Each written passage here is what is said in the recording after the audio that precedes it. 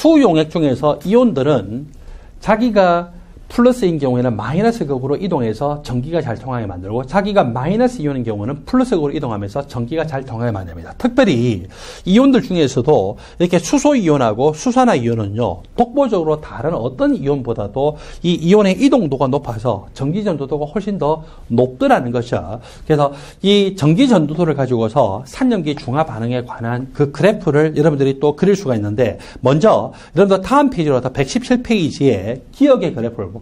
기억의 그래프는 최초 상태에서 HCl이었어요. 100% HCl이면 HCl은 강산이기 때문에 100% 이온화되죠. H+의 농도가 굉장히 높기 때문에 전기전도도 높았죠. 여기다가 NaOH를 첨가하면은 NaOH에 의한 수산화 이온이 H+와 반응하면서 H+를 없애고 전기전도도가 높은 H+를 없애기 때문에 전기전도도가 거의 전형적으로 감소가 돼요. 그렇게 해서 정확하게 1대1로 반응했어요. 1대1로 반응하면은 HCl의 H+가 다 사라졌죠. 물론 NaOH의 수산화이온은 들어오는 대로 다 반응했기 때문에 다 물로 됐어요. 그렇지만 누가 아직 남았어요? 원래 HCl의 염화이온도 있고 NaOH를 첨가할 때 Na+도 왔잖아요. Na+나 염화이온도 이온이기 때문에 전기전도도를 어느 정도 나타낼까요? 안 나타날까요? 나타내죠. 그래서 당장점에서 전기전도가 낮긴 하지만 이것보다는 꽤 낮지만 그래도 어느 정도의 전기전도도 꽤 이게 사실 높은 전기전도도에 나타냅니다. 그리고 여기서 당장점을 지나서 또 NaOH를 더 첨가해요. 그러면은 NaOH가 들어와서 반응할 게 있어요? 없어요? 없죠. 수산화 이온의 농도가 전형적으로 증가되기 때문에 전기전도도가 이렇게 급하게 높아질 거다라고 볼 수 있어요. 아세트산, 최초 상태에서 100% 아세트산이 약산이기 때문에 이온화가 조금밖에 안 되죠. H+가 있어도 조금밖에 없어요. 따라서 전기전도도가 꽤 낮겠죠. 그런데 여기다가 NaOH를 첨가를 해서 당장점에 도달을 하게 되면은 이 어느 정도의 전기전도도를 나타내고, 여기서 또 더 NaOH를 첨가되면은 그 수산화 이온 때문에 전기전도가 꽤 높게 나타날 거예요.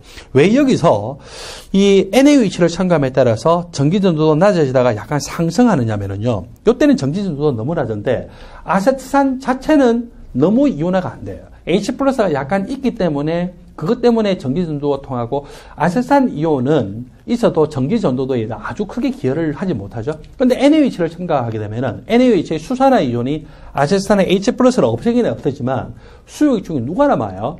바로 NaOH의 Na+ 이온과 아세트산 이온이 남기 때문에 그것들이 증가되기 때문에 이렇게 전기전도도 높아지죠. 물론 이것보다는 이제 당장점을 통과하게 되면은 전기전도도 굉장히 가파르게 올라갈 수가 있습니다. 이렇게 해서 생각해 보면요, 티귿의 경우는 여기서 여기까지만 딱 봤을 때는 HCl이 NaOH와 반응하면서 전기전도가 뚝뚝뚝 떨어지죠. 그리고 그 다음에 요 내용들을 봤더니 여기 이 다음의 내용들은 바로 뭐하고 똑같아요? 이온에 있는 아세트산 수용액에다가 NaOH를 첨가한 거하고 똑같죠. 그러므로 이 수용액은 HCl 수용액이 아세트산과 함께 혼합이 돼 있고, 처음 NaOH를 넣으면은 이까지는 HCl을 없애는 만큼 사용된 NaOH.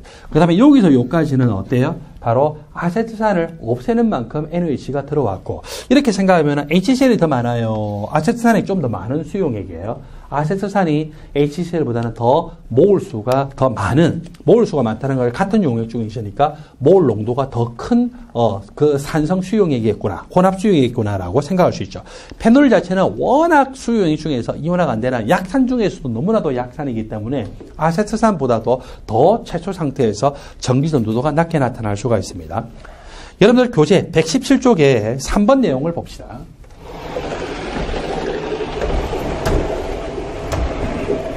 HX라고 하는 산도 있고 HY라고 하는 산도 있습니다. 여기서 HX와 HY에서의 산 수용액을 보는데, 먼저 여기 C 그래프와 AB 그래프는 좀 차원이 다른 그래프에 해당이 되죠. 여기 1.0몰 농도이기 때문에 10의 몇 승에 해당이 됩니까? 10의 1.0몰 농도라는 것은 10의 0성이 돼야 되겠죠. 그래서 이제 10의 0성일 때 한 개는 pH가 0이에요. 그래서 이게 HX에 해당이 되는 거구나. 그 다음에 1.0몰 농도일 때, 즉 10의 0성일 때 그때 pH 값이 2.0이에요. 이것이 HY에 해당이 되죠. HX는요, 생각해 보세요. 자기의 농도가 1.0몰 농도인데 100% 이온화가 되면은 히드로늄 이온의 농도가 얼마가 될까요? 1.0이 되죠. 히드로늄 이온의 농도가 1.0이 되면은 pH 값이 얼마? 0이 되죠. 그래서 자기의 농도가 곧 히드로늄 이온의 농도입니다. 그러므로 HX는 H+를 한 개를 내놓는 무슨 산이에요? 절대적인 강산이죠. 그래서 HCl과 같은 절대적 강산이었구나라고 볼 수 있어요.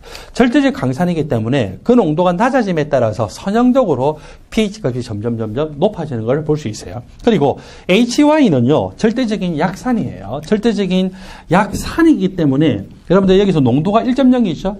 절대적인 약산이라면 히드로늄 이온의 농도는 어떻게 구할 수 있습니까? 루트 Ka 곱하기 초기 농도이잖아요. 초기 농도를 얼마를 줬어요? 1.0을 줬죠? 그런데 pH 값이 얼마라고요? 2.0이죠? pH 값이 2.0이라는 것은 히드로늄 이온의 농도는 마이너스 pH승이기 때문에 히드로늄 이온의 농도가 얼마라는 겁니까? 1.0 곱하기 10의 마이너스 2승이죠. 따라서 이 물질은 Ka가 얼마인 약산일까요? 1.0 곱하기 10의 마이너스 4승인 약산이라는 거죠. 그래서 HY의 Ka 값은 1.0 곱하기 10의 마이너스 4승인 약산이겠구나라고 쉽게 볼 수가 있어요. 그리고 약산인 경우에는 그 약산과 약산의 작은기를 혼합을 하면은 pH 값을 펜델에서는 하셀바흐식을 통해서 쉽게 구할 수 있죠. pH는 pKa 더하기 약산 HY 그것의 작은기 Y 마이너스 농도고, 이 약산과 약산의 작은기가 농도는 1몰 농도, 0.1몰 농도, 0.01몰 농도, 0.001몰 농도지만 두 개가 계속 1대1인 거예요. 두 개가 계속. 그렇게 되면은 1대1이게 되면은 상농도 1은 얼마입니까? 제로죠. 따라서 pH가 어떻게 돼요? pKa죠. Ka가 1.0 곱하기 10의 마이너스 4승이기 때문에 마이너스 상농도를 취한 pKa 값이 얼마? 4.0으로 나타나겠죠. 그래서 이 A라고 하는 것은 HY와 그것의 작은기 Y-의 혼합물이에요. 약산과 약산의 작은기가 혼합되어 있고 두 개의 농도가 계속 같은 거예요. 여기서는 둘 다 1.0몰 농도, 여기서는 둘 다 0.1몰 농도, 여기서는 둘 다 0.01몰 농도로 같은 용액이구나 라고 하는 것을 볼 수가 있겠죠. 그래서 저 그래프가 시험에 반드시 한 번은 출제가 될 수 있기 때문에 여러분들 반드시 조심을 하도록 하시고, 이 그래프는 여러분들이 화학과에서 전공서적에서나 볼 수 있는 그래프인데 이미 몇 년 전에 수능 문제에서도 똑같은 그래프, 그리고 제가 지적했던 그런 내용들을 질문하는 내용이 수능 문제에서 나온 적이 있습니다. 그래서 저렇게 해서 여러분들이 비교를 하도록 하십시오. 여러분들 교재 117쪽에 네 번째 다양성 자산의 NH 첨가에 따른 pH 변화, 이것을 보면은 여기에서 다양성 자산이 크게 세 종류가 있어요. 라지 A 그래프, 라지 B, 라지 C 그래프에서 라지 A는 3양성 자산, 라지 B와 라지 C는 2양성 자산인데, 그때 이 라지 C 그래프 2양성 자산 H2Z라고 하는 것을 먼저 볼까요? 이거는 황산을 모델로 해서 제가 만든 그래프예요. 황산, 원래 100% 이온화되는 강산이죠. 따라서 첫 번째 당량점이 여기인데, 첫 번째 당량점에 도달을 할 때 그때 당량점을 구분하기가 어려워요. 그리고 황산 수소이온은 약산 중에서는 꽤 센산에 해당돼요. 황산 수소이온의 K 값이 10의 마이너스 2승이거든요. 따라서 황산 수소이온의 pKa 값을 하면은 대략 한 이 정도가 되고, 그래서 여기 황산 수소이온 이온화되는 반응은 여기서부터 여기까지 이온화되는 반응이고, 그거에 딱 절반에 해당되는 그것이 pKa 값이 약 이 정도 나타나죠. 그래서 이렇게 황산과 같은 절대적 강산의 경우에는요, 첫 번째 당량점을 관찰을 하기가 어려워요. 그리고 B, A로 가면 갈수록 어때요? 첫 번째 당량점의 기울기가 더 선명해지죠. 그래서 더 선명해지고, 그거는 왜 그래요? 상대로 더 약산이기 때문에 저런 식으로 나타날 수가 있더라. 그리고서 여기 A, B, C에서 C는 H2Z고 B는 H2Y고 그리고 A라고 하는 것은 H2X인데, 적어도 여기서는 첫 번째 당량점에서 이 두 번째 당량점에 도달할 때까지 사이를 보면은, 자, A가 H3X였어요. 이거는 제가 인산을 모델로 해서 만든 거였는데, 첫 번째 당량점과 두 번째 당량점 사이의 2분의 1 지점은요, 각각의 pH 값이 얼마입니까? pKa2죠. H2Y의 pKa2는 이만큼이에요. 그리고 여기 H3X의 pKa2는 얼마만큼? 요만큼에 해당이 되죠. 그래서 pKa2를 볼 때 pKa2가 H3X, H2Y, H2Z 중에서 누가 제일 큽니까? 이쪽으로 가면 갈수록 크죠? pKa2가 크다는 것은 K2가 상대적으로 더 작다는 거예요. 왜냐하면 K2에다 마이너스 상용도를 취한 것이 pKa2이기 때문에 그렇겠죠. 그래서 이렇게 K2를 비교하라라고 하면은 이쪽으로 할수록 pKa2가 이 첫 번째 나앙점과 두 번째 나앙점 사이에서의 이 pH 값으로 해서 쉽게 계산할 수 있는 것은 핸델의 화살표식에 의한 것인데 그걸로 해서 보니까 이쪽으로 할수록 pKa2가 크고 그것은 K2 값이 더 작겠구나라고 쉽게 볼 수 있고 이쪽으로 가면 갈수록 어때요? 상대적으로 K2 값이 더 크기 때문에 pKa2 값이 작게 표현이 됐겠죠.